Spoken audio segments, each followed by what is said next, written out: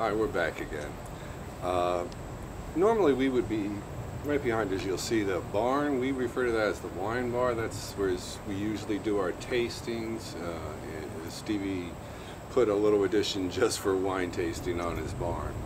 But it's such an incredible, beautiful day. We decided to come out because, you know, fresh air affects your palate, and we were talking about that during the break. That, you know, just the cleanness of the air around you. You know, if you're in a room, you know, to enjoy things like the cheeses and stuff. It makes your senses sharper, I feel. You're more aware of everything. Definitely. Tasting wine is awareness. It's almost like yoga, becoming more aware in meditation of your mind and what it's doing. And it allows you to focus. Yeah. Because, you know, when it's clean and there's not this dust or whatever interference, basically, it's incredible. So, we're having a 5-star day today. The wine is just off the scale. The wine is such a shock, I'll tell you. And the cheese, I mean, I just tasted tasted it. The cheese is creamy, but it's sharp. It's almost like the wine. The wine's got a sharpness to it, yet a rich kind of silkiness to it, and so there's this a creamy silkiness, like silky but on the creamy side, a rich silkiness. Definitely. If I was going to, you know, recommend anything with this wine, it would be this Asiago. I am known also that I wouldn't eat, because I feel like a great wine deserves only to be enjoyed alone, right? I mean, I very rarely, with this type of wine, and this is a great wine. I mean, I'm surprised, but and it is. For him to say that about a California wine and a Babera and all that, it's, I was going to say that the intention of, I mean, you're different, and we all know that. And all our wine friends that collect wines, that appreciate wines, that'll spring to buy a better bottle of wine and is excited of trying it and all that. Most of us like the wine with the food, where you like the wine alone. But most of us also like to taste the wine without the food. I always taste it without food too, to analyze it, you know, to really get the true inner soul of it, you know. And then I like, just like we did today, to taste the wine and then taste it again with different foods and see how everything changes. And I'm going to explain my philosophy on this, right? I am totally opposite of everybody out there. And, everybody, you know, they go, look at that, you know, this, the color, the bouquet, you know, the aroma. Oh, you know, you can go into this, all the flavors and stuff. And you want to cut it? Go ahead. Well, you're talking. I love to talk. He talks a lot. You know, there's Italians. Yeah, I can talk with both hands. I can't talk without both hands. You were going to say why, explain to them why you don't, like the rest of us, have the wine with a meal, a great bottle. You know, there's something about wine, right, you know, that is incredibly unique, right? And you have to understand the history of it and everything. Everybody thinks somebody invented this thing.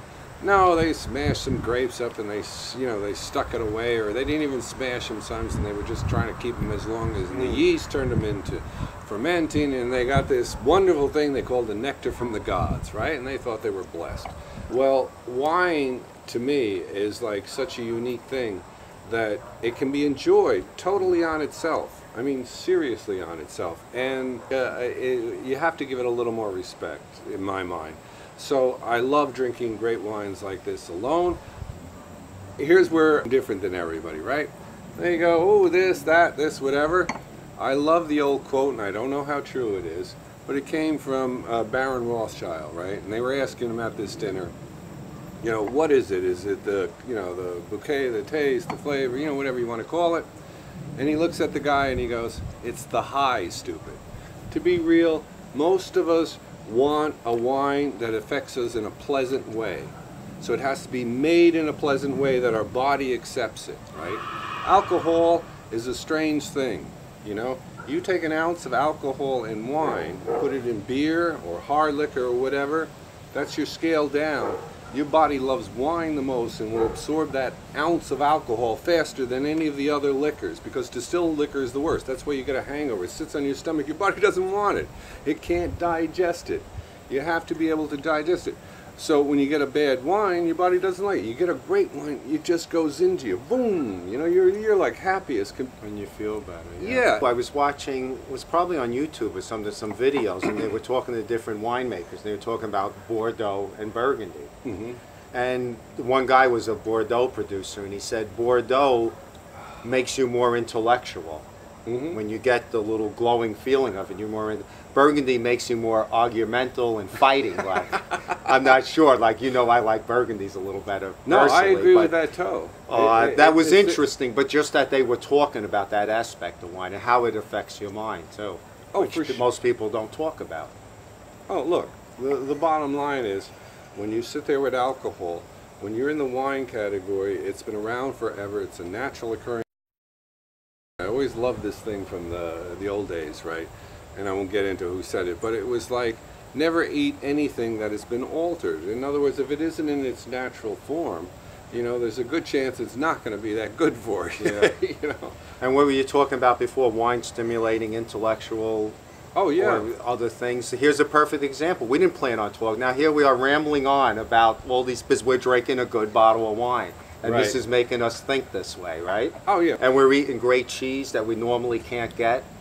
And don't let anybody tell you what kind of wine to drink, because your body will tell you what kind of wine to Exactly. drink. Your body says, I like this kind of wine, I like this. You know, the wine snobs and all this stuff telling you got to drink this, that's, forget it. Drink what your body tells you, it makes you happy. That's You are the connoisseur of your life, Yes, of your definitely. lifestyle and what you want. I hate to And say Mike- it, but this is what I love. Yeah, me too.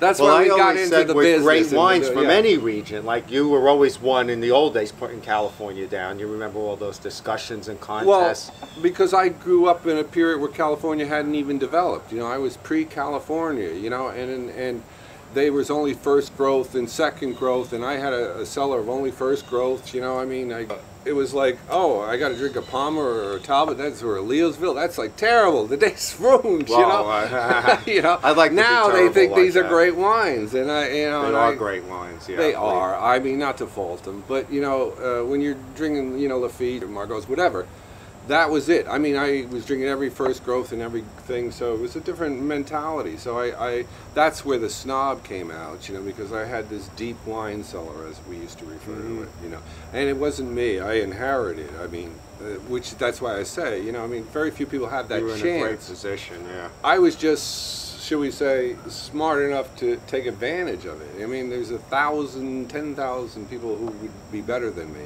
you know. Just like when we evaluate sellers to buy and resell or whatever, a lot of these people, we tell them, the lady's husband died who was a doctor and a collector. Right. These wines are worth a lot. I don't care, just give me something for them and get them out of here. Yeah, Where when you inherited a cellar, you didn't do that. You went, oh, I'm going to sit down, taste these, age them, look them up, see what they're about, share them with friends. But let's get back to this one. Yeah. 68, I love it. It's still a drinking killer. beautifully. This cheese, I Works. wish we could share it with you.